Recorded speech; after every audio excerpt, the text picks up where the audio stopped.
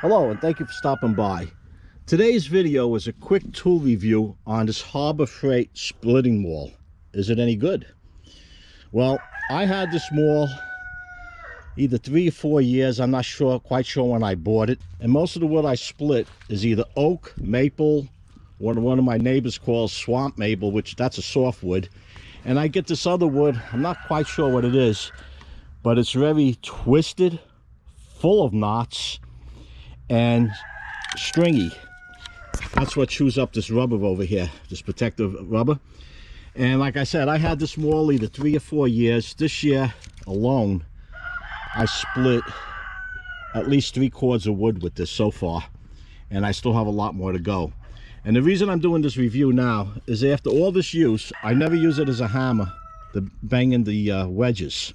I use the sludge hammer for that, but it does get heavy use. Now, the top of this popped out, which I was just going to put some epoxy in there, but what I noticed is that I have this hairline crack in the handle. Now, that might stay another 5 years. It might go tomorrow. I don't know. I called the Harbor Freight because I can't find the receipt for this. It's too far back. And they said just bring it in and they would replace it for me. So after I come back from Harbor Freight, I'll show you the new one. But one thing I want to point out, when you get this maul, this is a great splitting maul. For me, it works great. But when you first get it, the tip of this is very blunt. I don't know if it's the right way, the wrong way, but what I did, I used the file and I tapered this down a little bit. And it's not much of a taper, but it's a lot more than what it was when I got it. And with this sharper edge, I notice it penetrates the wood a little better and splits a lot easier. Now, a lot of this wood here, I had to use the wedges, and I have what they called, years back, they used to call it a grenade. It looks like an ice cream cone. You put it in there and it usually splits the wood into 3 to 4 pieces. Once I split it with that, this maul comes in handy. I also have a Fisker splitting axe that I use that works well on this heavy stuff, and when they're longer than 15 to 18 inches, I need the maul. The other one's too light. This is what I split just yesterday. That's about a 1/2 cord right here. And this roughly is about a 1/4 of a cord, a little bit better than a 1/4 of a cord. This is what this would look like when I started. I had a pile of this over here. And some of this was a little rotten. I'm just leaving this out. I'm going to put that on the top. I'll use that for kindling beginning of the year. This is the bark from this that I have to clean up. And this is the rest that has to be split. This over here, I think this might be a maple. I'm not sure. I'm not the best when it comes to naming trees. But some of this over here is cedar. And this is, I had a lot of that bark that had to come off. I have cedar, maple, everything's mixed in over here. This was a pile I picked up from the tree removal company. They left it on a guy's lawn and asked me if I wanted to go get it. Somebody got the real straight pieces before I got there, but I managed a few good pieces out of it. So we have this. Let me walk over to the pile I did before it got cold.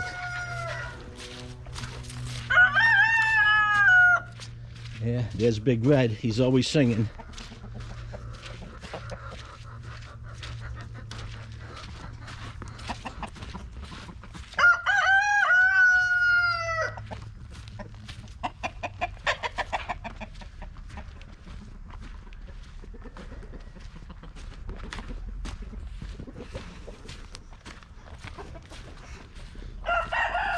Now this wood pile back here, this is mostly oak in here.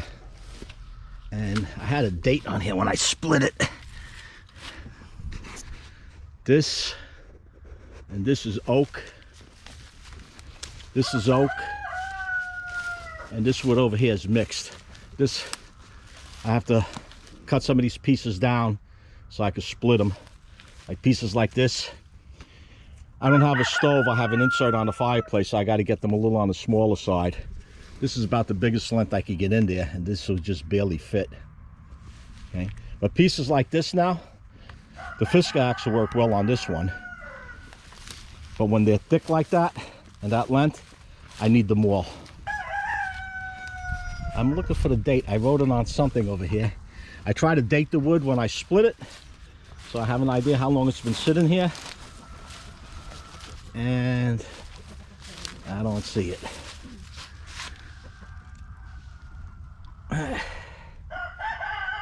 Sometime, oh, here we go. This is 4. This wood I brought here in April. This wood came in here in April. This was March. I remember this was a month before this wood. This wood came before this wood came. Okay, so this was March of last year. Now come the summertime, this is pretty sunny up in this area. There's no shade on the side. There's the east, the sun comes up, the sun will be on this all day long. Summertime, I'll wait about 3-4 good weeks of it cooking out here, and I'll cover it up so it'll be ready for next winter. But this is the beginning of my winter supply for next year. And again, all done with this Maul. So you see a lot of tool reviews on Harbor Freight. Some of their items are great. Some of their items, well, they should just be left alone. But this is one of their better buys. And if I'm not mistaken, this was under $30. Just around the $30 mark. I can't remember what I paid for this. Well, let's go up to Harbor Freight and get that new Maul. I went to Harbor Freight and they exchanged it with no problem whatsoever. Just asked for a name and a phone number because I didn't have a receipt.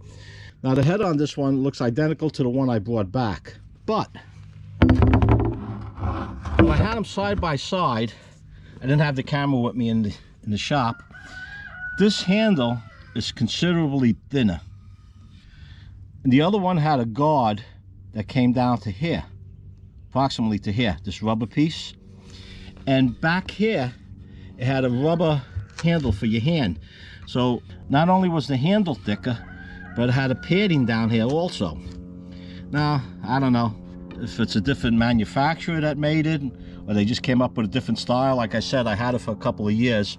What I'm gonna do, and it's too far for me to show you, and it's too far for me to walk up to the wood pile, hit this a few times and come back and hit it after I sharpen it. But you can see the edge on here, it's pretty blunt. It's made to be blunt to split that wood. But I found out if I taper this down a little bit, if I bring this edge down a little bit and give it a little bit more of an angle on that wood that's hard to split, it penetrates it a lot easier and it splits a lot better. And the way I came up with this, I have a Fisker splitting axe, not a Maul, an axe, that I noticed the wood that I couldn't split with that axe, when I hit it with the axe and I had that groove in there, and then I hit it with this one, I had the blunt force, it went right through. So I said, well, why not try to combine that action? So I'm going to bring this edge down. I'm going to just file it down with a file. Take me about 10 minutes or so. Then I'm going to go back and take a few whacks at that wood. All right, I'll be back as soon as I'm done. I'm not done with this yet, but I just want to point out, here's the original edge, and you can see how I'm bringing it back somewhat. Just a little bit of an angle makes a difference. I have to hit up here, and I'm still working on this side over here. Okay, this one I took back a little bit more. This side has to match. I have to get them even. Now I prefer to lay this axe flat and clamp it to a table, but I can't clamp it on this particular table. And my other work table, I have a chainsaw I'm working on, and I'm not going to disturb that, so I have it in the vise. But I found the best way to do this is to lay it flat and file it either towards the blade or away from the blade, whichever you're comfortable with. And I'm just using this old file. This is a file I had for years. I lost this file, and it happens to all of us, and no matter how careful you are, there's times when things just disappear. I think it fell out of my truck one day when I was in the back. But anyway, I'm taking this down. As soon as I'm done with this, we'll go give it a couple of shots on some of the wood back there. It's cold outside today, and I believe it warmed up somewhat to about 30 degrees out there now. And it's supposed to hit the 40s today. We're having a heat wave. Anyway, as soon as I get this done, I'll be out, and I'll see you then. All right, we're outside. It's been a little while and warmed up somewhat now. It's got to be somewhere in the 30s. When I was in the garage, I took an angle grinder to this and started finishing it up with the angle grinder. And then I just touched it up with the file again. And you can see, Johnny, could you hold this? I have my assistant Johnny with me today. You can see now, I made this bevel just a little longer. So when this hits, it's just not blunt force. It gives it a little penetration. This is a little too sharp. I don't need it this sharp, but I do need to take this down a little bit more. But I wanted to get out here, and I have a list of things to do today, and this is just the tip of the iceberg. Anyway, when I split wood, these are the tools I use. Kind of related to this video. I have an axe. I have a Fisker axe that I also use, but I generally use this over here. I have this little hatchet. Now, this isn't required, but the bark on this wood, when I take off the bark, it's easier using this hatchet than it is the axe. When you're out here for a few hours, even a pound or two in your hand makes a difference. And I use an assortment of wedges. This is what I generally use. And then I have the standard wedges in here. Some have a little sharper point, some are a little duller than others. Generally, this will work. Now, I come to find out with this wood, this is a little rotted here on this side. I don't know if it rots all the way through. Come to find out that most of the time, I have to start it with the wedge. Oh, and also the sledgehammer. I don't use the maul to drive the wedges in. I find out, as I was saying, I find out most of the time I have to give the first split with the wedge. I try, a few of them will break without the wedge, but rather than knock myself out, I just start with the wedge, and then I proceed from there. So I'm gonna have Johnny hold the camera. Yeah, I'll get that, John. Stand back. You gotta stand backwards when I swing now. Stand back. Go where that pile is there, like.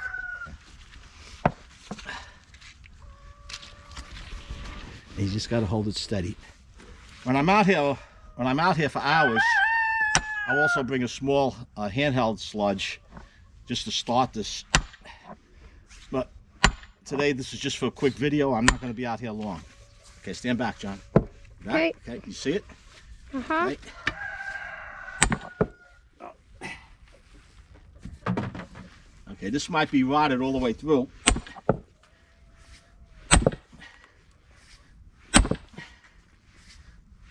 Yeah, this is rotted all the way through. Normally, this crack would happen way before I get this far down. There we go. Yeah, this has rot in it. This is a bad example, this particular piece. You still in focus, John? Uh-huh. Now, if you want to save your back, you could tie this round up, or you could use a tire. This is just a little too big for the tire, so I'm gonna have to do a little bending. Okay, here we go. Okay, stand back. Okay, that worked okay. Yeah, this wood isn't a good piece to show the example on how well it works, or does it?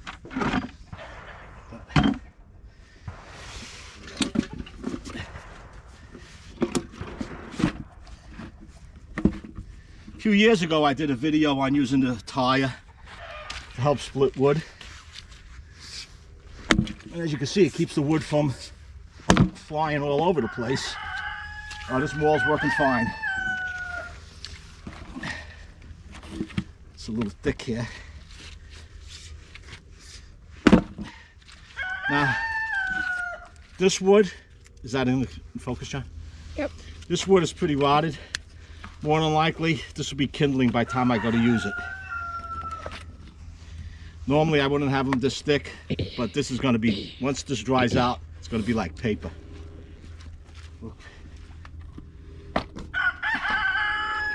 Put that wood there, not to mix it with the others. Oh, look at this, see? Showing you on this side. Okay, back it up. Back up. Okay, back up so you don't get hit. Yeah, there's nothing to this wood. I'm going to finish this round and do one more. Maybe I get one that's a little solid.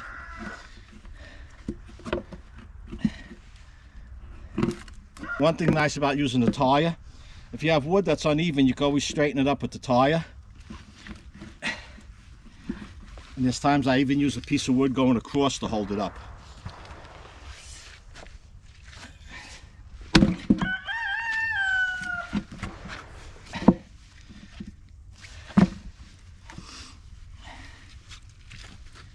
Now this is wood that I got from a tree cutter, and it seems like they always cut wood on an angle. But the price was right. You gotta take the good with the bad. Okay. Now the advantage of this tire is that's less bending I'm doing to pick these up off the ground. Let me get another round. Let's see if we can do a little better. Not too many of these rounds left. You can see this? Mm-hmm. This one I already have the bark off.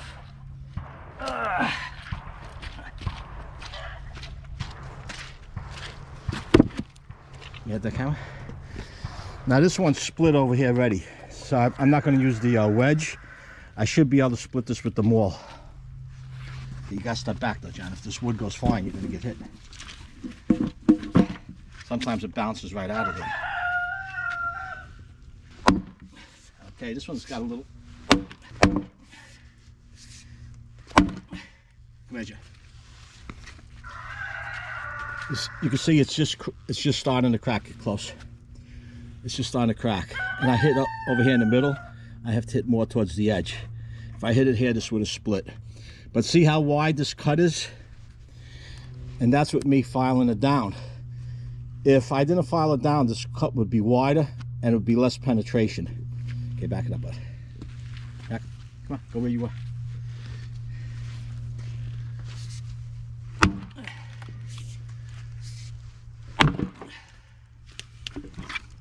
You getting this? Uh-huh. Now these are good pieces of wood in here.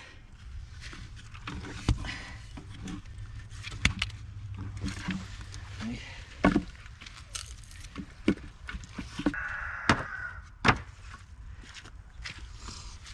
Stand back. Get back.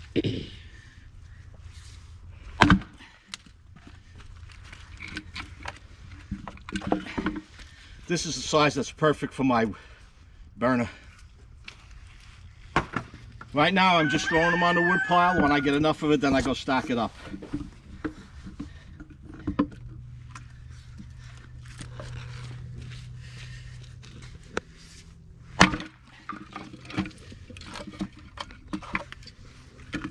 I got a log and some kindling in the same stroke.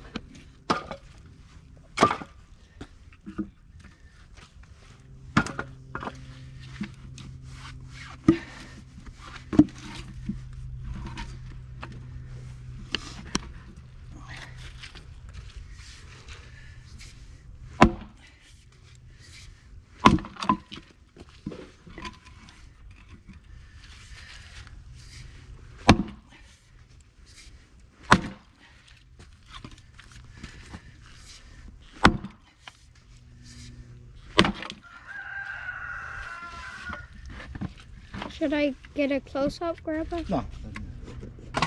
Thanks.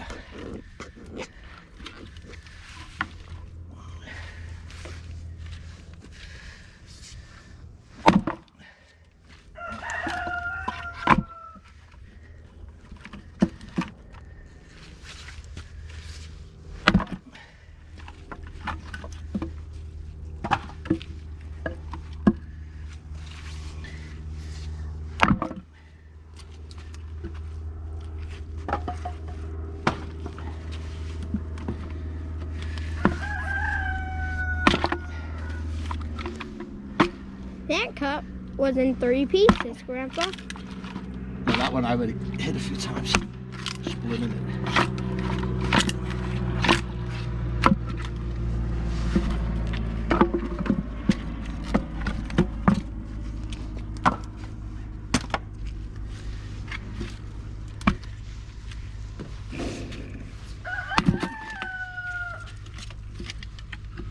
Let me have the camera. Now this is the size I try to get my wood in.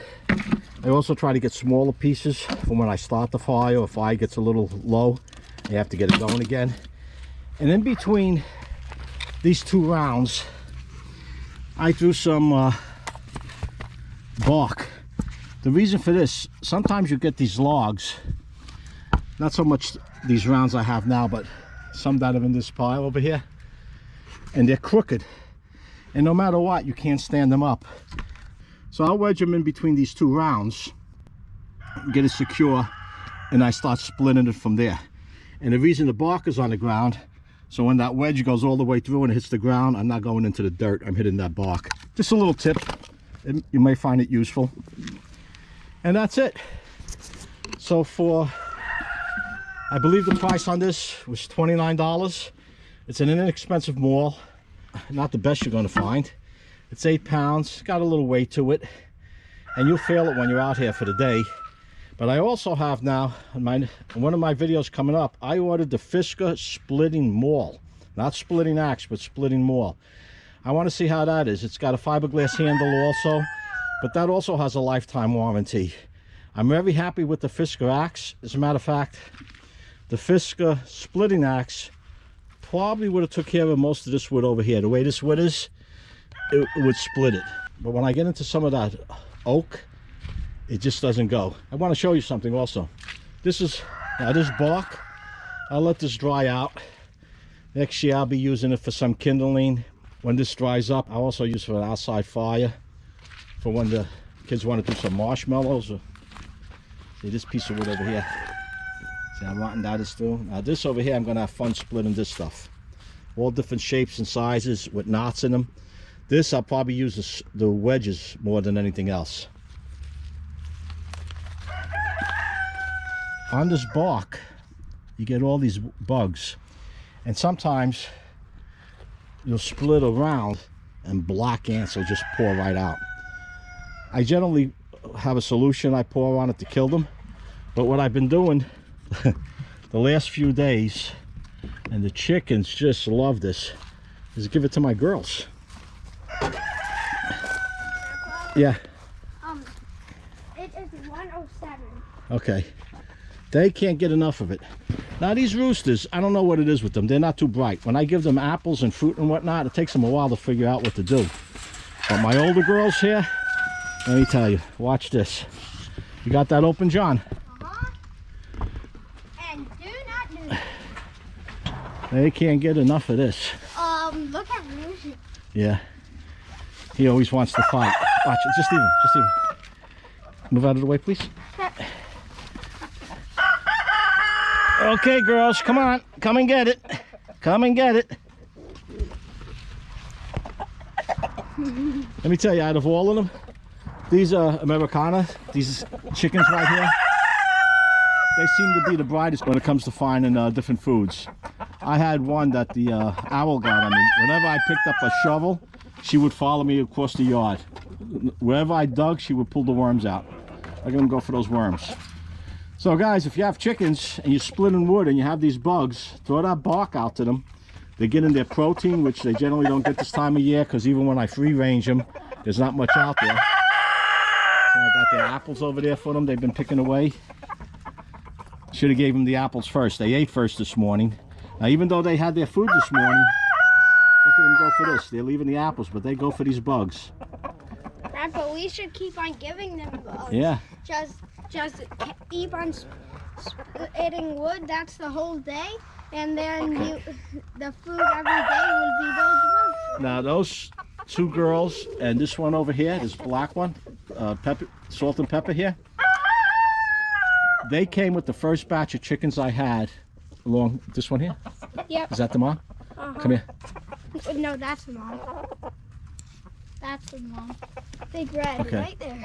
They came with this, we call a big red now, because she's the biggest red one that we have. We had a bigger one, but no more. So out of 11 chickens that I originally started with, I'm down to 4. And then I picked up the 2 roosters after. Then these 2, we had another one like this that hatched. You can see she's fertile. The roosters won't leave her alone. And then we had the other 2 girls, this one and this one here hatch, along with the 6 roosters. So, well, I'm off topic, guys. If you found this video useful or you have any questions, let me know by posting your comments down below. If you enjoyed it, be sure to give it a like. It does help. And share this video on my channel with others who might find it useful or entertaining. Be sure to hit that bell not to miss my videos as I upload them. Until next time, everyone, stay warm and stay safe.